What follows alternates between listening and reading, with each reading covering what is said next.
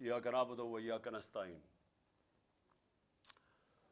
मेरे पाकिस्तानियों और मेरे जो कारकुन हैं तहरीक इंसाफ के, मैं ख़ास तौर पे आज आपको मुबारक देता हूं। किस चीज़ की मुबारक? कि जब से हमारी हुकूमत हटाई गई एक साजिश के तहत, मैं उस दिन से एक ही बात बार बार कहता रहा कि पाकिस्तान में जब तक साफ और शफाफ इलेक्शन नहीं होंगे, हमारा मुल्क एक दलदल में फंसता जाएगा। उससे पहले भी जब साजिश हो रही थी हमारी गवर्नमेंट गिराने की, तो उस वक्त जो आर्मी चीफ थे उसको मैंने समझाया कि जब भी आपने सियासी इस्तेकाम खत्म किया, एक गवर्नमेंट गिरा के, जब पॉलिटिकल इंस्टेबिलिटी, जैसी गवर्नमेंट गिरेगी पॉलिटिकल स्टेबिलिटी आएगी, मैं तब कहा कि आप कोई भी, और खास तौर पे ये लोग जिनको मैं 30 साल से जानता हूं, माशियत को नहीं संभाल सकेंगे। और शौकत तरीन को भी भेजा, समझाने की कोशिश की कि किधर पाकिस्तान खड़ा है, दुनिया का क्या माहौल है। यूक्रेन की जंग शुरू हो चुकी थी, कमोडिटी सुपर साइकिल, कीमतें ऊपर चली गई थी दुनिया में। तो जो हमारे लिए मुश्किलात थी, वो मुश्किलात बढ़नी थी जैसे ही एक हुकूमत को हटाते और सियासी इस्तेकाम खत्म होता। तो मैंने अपनी पूरी कोशिश की, अपनी गवर्नमेंट भी मैंने डिसॉल्व कर दी। लोगों को ये याद नहीं कि अप्रैल के पहले हफ्ते में मैंने अपनी गवर्नमेंट डिसॉल्व कर दी थी। मैंने कहा इलेक्शंस करवाओ। सुप्रीम कोर्ट में चले गए, हमें शिकस्त हो गई, हमने कबूल कर ली। हम इनकी तरह रोते नहीं हैं। जब सुप्रीम कोर्ट का फैसला हुआ हमने कबूल कर लिया, हमारी गवर्नमेंट चली गई। उसके बाद मैं बार बार ये कहता रहा कि जब तक आप इस मुल्क में इलेक्शन नहीं करवाएंगे, सियासी तौर पे मुल्क स्टेबल नहीं होगा। और अगर सियासी तौर पे स्टेबल नहीं होगा तो माशी भी इस्तेकाम नहीं आएगा। और जैसे जैसे हमारी माशियत नीचे जाती रही, मैं बार बार तोते की तरह यह कहता रहा कि ये इलेक्शंस करवाओ। लेकिन मसला यह आ गया कि ये जो पीडीएम की पार्टीज थी, ये भी और जो इनके पीछे हैंडलर्स थे, दोनों डर गए इलेक्शंस करवाने से। और वो इलेक्शंस इसलिए नहीं करवा रहे थे कि जैसे जैसे अवाम खड़ी होती गई तहरीक इंसाफ के साथ, उस गवर्नमेंट के साथ, यानी कभी भी पाकिस्तान की तारीख में एक गवर्नमेंट गिराई गई हो, कभी अवाम उसके लिए नहीं निकली। यानी हमारी मैं सारी तारीख जानता हूं, मैं तकरीबन जिस तरह पाकिस्तान के साथ बड़ा हुआ हूं, जब मार्शल लॉ भी लगता था तो लोग आके मिठाइयां बांटते थे।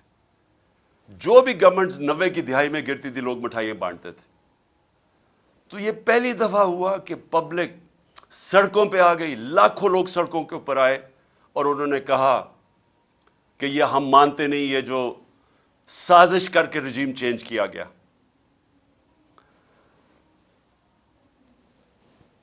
बदकिस्मती से बजाय मेरी बात सुनने के लिए, क्योंकि मैं तो वो कह रहा था जो पाकिस्तान की बेहतरी थी, बजाय मेरी बात सुनने के हमारे कारकुनों के ऊपर जो सख्ती की गई। मैं जनरल मुशर्रफ के मार्शल लॉ के अंदर ऑपोजिशन में था। मुझे जनरल मुशर्रफ के मार्शल लॉ में मैं जेल में गया। मैं आज आप सबके सामने कहता हूं कि कभी मैंने इस मुल्क की तारीख में इस तरह की सख्ती नहीं देखी जो उन्होंने हमारे पे की। कारकुनों को जेलों में डाला। 25 मई को मैं बार बार कहता हूं, जो जुल्म किया इन्होंने, लोगों के घर 3-3 बजे लोगों के घरों में घुस के, ना चादर ना चार दीवारी, लोगों को उठा के ले गए। कभी ऐसे नहीं हुआ पाकिस्तान में। हमारे खिलाफ 3 लॉन्ग मार्चेस हुई, कितनी एफआईआर काटी और किसको कौन सा पुलिस एक्शन लिया, कितनी टीयर गैसिंग हुई। लेकिन 25 मई को जो उन्होंने हमारे से किया, और उसके बाद मुसलसल करते रहे, एफआईआर्स के ऊपर एफआईआर्स काटते गए मेरे कारकुनों पे। لوگوں کو جیلوں میں ڈالا، پھر وہ نکلے، پھر کچہریوں میں چکر لگائے، ہراساں کیا گیا۔ میرے اوپر اب تک 74 FIR کٹ چکی ہیں۔ کتنی دفعہ میں کچہریوں میں پھرا ہوا ہوں اور بیلیں کرواتا پھرا ہوں، صرف اور صرف ہمیں دبانے کے لیے کہ ہم شاید ڈر جائیں گے، ہم گھبرا جائیں گے، ہم دل برداشتہ ہو جائیں گے۔ صحافیوں سے جو کیا گیا، کبھی پاکستان میں اس طرح، اور صحافیوں سے کن سے کیا گیا؟ وہ صحافی جن کی اس معاشرے کے اندر ایک پہچان تھی، کریڈیبلٹی تھی، محب وطن تھے، ان صحافیوں سے جو انہوں نے کیا، اور یہ قوم کبھی نہیں بھولے گی جو ارشد شریف سے کیا، کبھی نہ میں بھولوں گا یا قوم بھولے گی کہ ایک ایسا آدمی جس کی کوئی قیمت نہیں تھی ضمیر کی، محب وطن پاکستانی، اس سے جو کیا گیا یہ قوم ہمیشہ یاد رکھے گی۔ اس کے علاوہ اعظم سواتی، شہباز گل، ہمارے لوگوں کو جو انہوں نے پکڑ کے تشدد کیا، کسٹوڈیل ٹارچر کی گئی، اور ان سے جو ان کے سامنے جو ان کی ننگا کر کے تشدد کر کے ان کی ویڈیوز بنائی گئی۔ اعظم سواتی کی ویڈیو ہمارے MP کو دکھائی گئی، جس کو کہہ رہے تھے کہ نون لیگ میں چلے جاؤ، عمران خان پہ کاٹا مار دیا ہے، اس کا تشدد کرتے ہوئے اعظم سواتی کی ویڈیو دکھائی گئی۔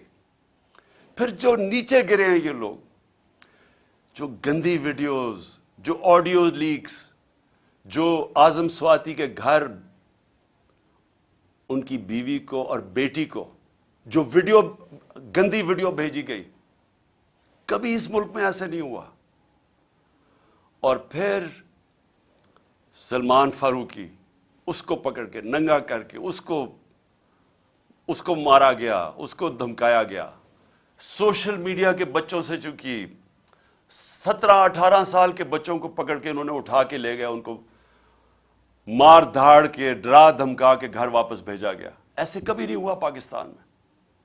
تو کوشش یہ کی گئی کہ ظلم اور خوف پھیلا کے، تو یہ جو ایک تحریک انصاف کے ساتھ قوم جڑ گئی تھی، کسی طرح تحریک انصاف کو ختم کیا جائے۔ تو میں اس لیے بھی آج اپنے کارکنوں کو خاص طور پہ مبارک دے رہا ہوں کہ جس طرح میرے لوگ کھڑے ہوئے، ہر چیز برداشت کی۔ یہ جو ہم نے جیل بھرو تحریک شروع کی، وہ جب انہوں نے شروع میں لوگوں کو جیل میں جو ہمارے لوگوں نے گرفتاریاں دی، ہمارے لیڈرز نے دی، ان کو بھی میں خراج تحسین پیش کرتا ہوں۔ انہوں نے سب سے پہلے وہ ہوئے۔ تو تحریک بڑھتی جا رہی تھی، جس طرح تحریک بڑھ رہی تھی، گجرانوالہ، سرگودا، سائبال، اور زیادہ لوگوں نے گرفتاریاں دے رہی ہیں۔ پنڈی لوگ سامنے آ گئے، پشاور میں اتنی پبلک نکلائی، وہ پولیس گرفتاری نہ ان کو کرے، بڑھتی جا رہی تھی۔ اس سے کیا چیز ثابت ہوئی کہ یہ جو 11 مہینے میں ظلم کیا، اور پھر ہمارے جو لوگوں کو جیلوں میں ڈالا، یہ جو جیل بھرو تحریک میں، ان کے اوپر خاص ظلم کیا گیا، ان کو مجرموں کی طرح رکھا گیا۔ جو میں ابھی کہانیاں سن رہا ہوں اپنے لوگوں سے، اپنے لیڈرز سے، اپنے کارکنوں سے، خاص طور پہ ان کو، یعنی جس طرح کوئی فیصلہ کر کے کہ جناب یہ ہمارے کوئی دشمن ہے، وہ کیا گیا ان سے۔ کوئی پولیٹیکل پرزنر سے یہ حرکتیں نہیں کرتی جو انہوں نے جیلوں میں کی۔ میرے اوپر قاتلانہ حملہ ہوا، میں 2 مہینے پہلے سے بتا رہا تھا کہ یہ کرنے والے ہیں۔ مجھے پتا تھا کون ہے، مجھے اب بھی پتا کون ہے۔ وہ لوگ جو طاقت میں بیٹھے ہوئے ہیں اس وقت، پرائم منسٹر، انٹیریئر منسٹر، ہماری ایجنسیز کا سب سے اس وقت جو خوفناک آدمی ہے، ظالم آدمی ہے، انہوں نے پلان کر کے مجھے قتل کرنے کی کوشش کی۔ لیکن ایک پلان انسان بناتا ہے، ایک اللہ بناتا ہے۔ اس کا میں شکر ادا کرتا ہوں کہ آج تحریک انصاف ادھر پہنچ گئی ہے، اور میں پھر سے کہتا ہوں کہ میں نے ساری پاکستان کی سیاست 70 سال جیسے مجھے ہوش آئی ہے تب سے دیکھ رہا ہوں۔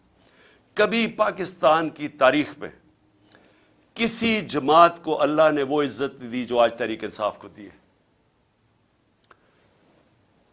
37 बाय इलेक्शन हुए, 37 बाय इलेक्शन। सारी जमातें एक तरफ, इलेक्शन कमीशन उनकी मदद करने आई, इंतजामिया ने उनकी मदद की, और जो अपने आप को न्यूट्रल्स कहते थे वो उनके साथ खड़े हुए। उसके बावजूद 37 बाय इलेक्शंस में से 30 बाय इलेक्शन तहरीक इंसाफ जीती। ये जो अभी जामपुर में इलेक्शन हुआ, वो इलाका जिधर देहाती लोग देहातों में रहते हैं, उनको पूरा डराया गया, पूरी तरह एजेंसीज ने जोर लगाया, पूरी तरह इन्होंने, इंतजामिया ने खौफ की फिजा बनाई, डराया, धमकाया। तो जाए पूछे जरा जामपुर में हुआ क्या। सारी पार्टीज के वोट उनसे अकेली मोहसिन लगारी तहरीक इंसाफ के कैंडिडेट की ज्यादा वोट्स थी। जो जनरल इलेक्शन में वोट पड़ी उससे भी ज्यादा पड़ गई। इससे और ज्यादा खौफजदा थे, और उन्होंने पूरी कोशिश की कि किसी तरह जो आइन के अंदर 90 दिन का इलेक्शन का लिखा हुआ है कि जैसे ही प्रोविंशियल असेंबलीज डिसॉल्व होनी थी तो 90 दिन के अंदर इलेक्शन होना था। गवर्नर्स इनके, उन्होंने नहीं इलेक्शन की डेट दी, इलेक्शन कमीशन उसने नहीं डेट दी। आखिर में सुप्रीम कोर्ट ने फिर उसके ऊपर एक्शन लिया, और आज सारी कौम सुप्रीम कोर्ट का शुक्रगुजार है कि आपने इस मुल्क के आइन की हिफाजत की, और आपने मुल्क को इलेक्शन की तरफ लगाया, जो एक ही तरीका है। अगर पाकिस्तान को इस दलदल से निकालना है, एक ही तरीका है इलेक्शंस, जो मैं फिर से 11 महीने से लगा हुआ हूं कहने हैं कि इसके अलावा जो भी आप कुछ करेंगे मजीद दलदल में फंसता जाएगा हमारा मुल्क। और आज हालात क्या है? आज अगर पाकिस्तान के आप हालात देखें तो दुश्मन भी मुल्क से वो ना करे जो इन सारी जमातों ने मिलकर किया। सिर्फ इनका मकसद था कि इनको जो करप्शन के केसेस थे इनके ऊपर वो माफ करवाने थे। आते साथ ही अपने करप्शन के केसेस माफ करवा लिए। 1100 अरब रुपया, 1100 अरब रुपए के करप्शन के केसेस माफ करवा लिए। मैं फिर से आपको बताऊं कि हमारे 3.5 साल में 480 अरब रुपया नैब ने रिकवर किया था। पाकिस्तान की तारीख में सबसे ज्यादा पैसा नैब ने हमारे दौर में रिकवर किया था, 480 अरब रुपया। 1100 अरब रुपया और रिकवर होना था। इन्होंने असेंबली में आए और सिर्फ पहले आते साथ ही काम किया, उसकी नैब के कानून चेंज किया, अमेंड किया, नैब को खत्म किया। सिर्फ अब नैब का काम रह गया कि इंतकामी कार्रवाई ऑपोजिशन पे करे। और नैब अब कोई वो जो पैसा, जो इतना पैसा इस मुल्क का चोरी हो वापस आना था, वो इन्होंने हजम कर लिया। लेकिन उन्होंने जो मुल्क के साथ किया है,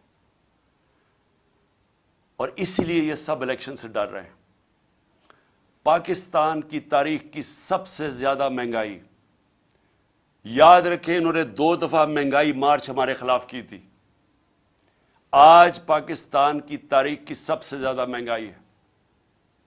जो हम छोड़ के गए थे पिछली अप्रैल में, उसके मुकाबले में जो आज इन्होंने जो पाकिस्तान से किया है, मैं फिर से कहता हूं, यह कोई दुश्मन भी नहीं कर सकता था इस मुल्क के साथ। सबसे ज्यादा पहले मैं महंगाई के ऊपर मैं इसलिए याद कराना चाहता हूं कि घरों के अंदर हमारी माएं बहनें वो सब देख रही हैं कि क्या हो रहा है। उनको पता है कि जो खाने, बुनियादी चीजों की मैं बात कर रहा हूं, मैं तो और गाड़ियों की और बड़ी चीजों की बात नहीं कर रहा, जो एयरलाइन टिकट महंगे हुए। मैं तो बात कर रहा हूं जो आम घर के अंदर आज चीजें इस्तेमाल होती हैं, उसमें जो महंगाई आई है, ये इस मुल्क की तारीख में नहीं आई। ये जरा मोटी मोटी चीज है कि एक आम घर के अंदर अपने, अगर फैमिली है, मेरे बच्चे हैं, तो मैं क्या, मुझे अंडे चाहिए, 135 से अंडों की कीमत गई है 246। दूध اب دودھ استعمال ہوتا ہے. دودھ ایک ایسی چیز ہے جو کہ بچوں کے لیے استعمال کرنا چاہیے. دودھ کے اندر جب سے یہ آئے ہیں اس کا گیا ہے 116 سے 116 روپے لیٹر سے کیا ہے 156 روپے لیٹر. اب یاد رکھیں کہ یہ ایک عام گھرانہ جس کی تنخواہ ہے 30,000 سے لاکھ روپیہ مہینہ. اب ان کے اندر سوچیں کہ یہ جو قیمتیں میں اب بتا رہا ہوں کہ یہ وہ چیزیں جو استعمال کرتے ہیں. آٹا 20 کے جی کا آٹا ہمارے دور میں 1162 روپے، آج گیا 1705 روپے. چکن، وہ جو کبھی عام آدمی اچھے دنوں کے اندر اگر وہ گوشت کھانا چاہیں تو وہ چکن کھاتے ہیں، وہ 280 روپے سے گیا ہے 460 روپے. پھر گاڑی استعمال کرنی پڑتی ہے. پٹرول 150 روپے لیٹر سے گیا ہے 268 روپیہ. 150 روپے لیٹر سے گیا ہے پٹرول 268 روپے. ڈیزل گیا ہے 144 روپے لیٹر سے 280 روپے لیٹر. تو یہ جو عام ٹرانسپورٹ، اب اس کی وجہ سے ساری چیزیں مہنگی، جنہوں نے آفس جانا ہے، کام کرنا ہے، سب چیزیں مہنگی. گیس کی قیمت دگنی ہو گئی ہے. بجلی، اب بجلی کی قیمت جس ریٹ پہ ابھی بڑھی ہے اور جو سر چارجز لگا کے بڑھ رہے ہیں وہ تقریباً دگنی ہو گئی ہے.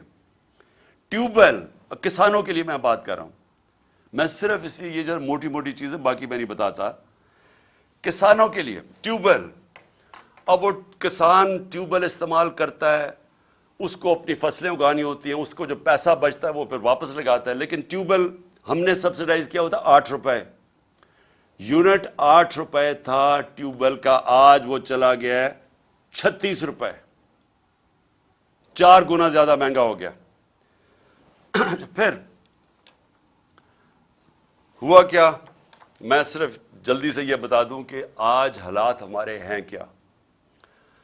جو روپیہ گرا ہے ہمارے 3.5 سال میں ڈالر کے مقابلے میں روپیہ گرا تھا 55 روپے 3.5 سال میں.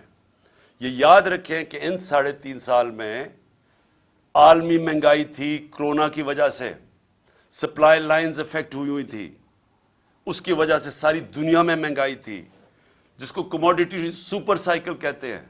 بجلی مہنگی، سب چیزیں مہنگی ہوگی، تیل مہنگا ہو گیا.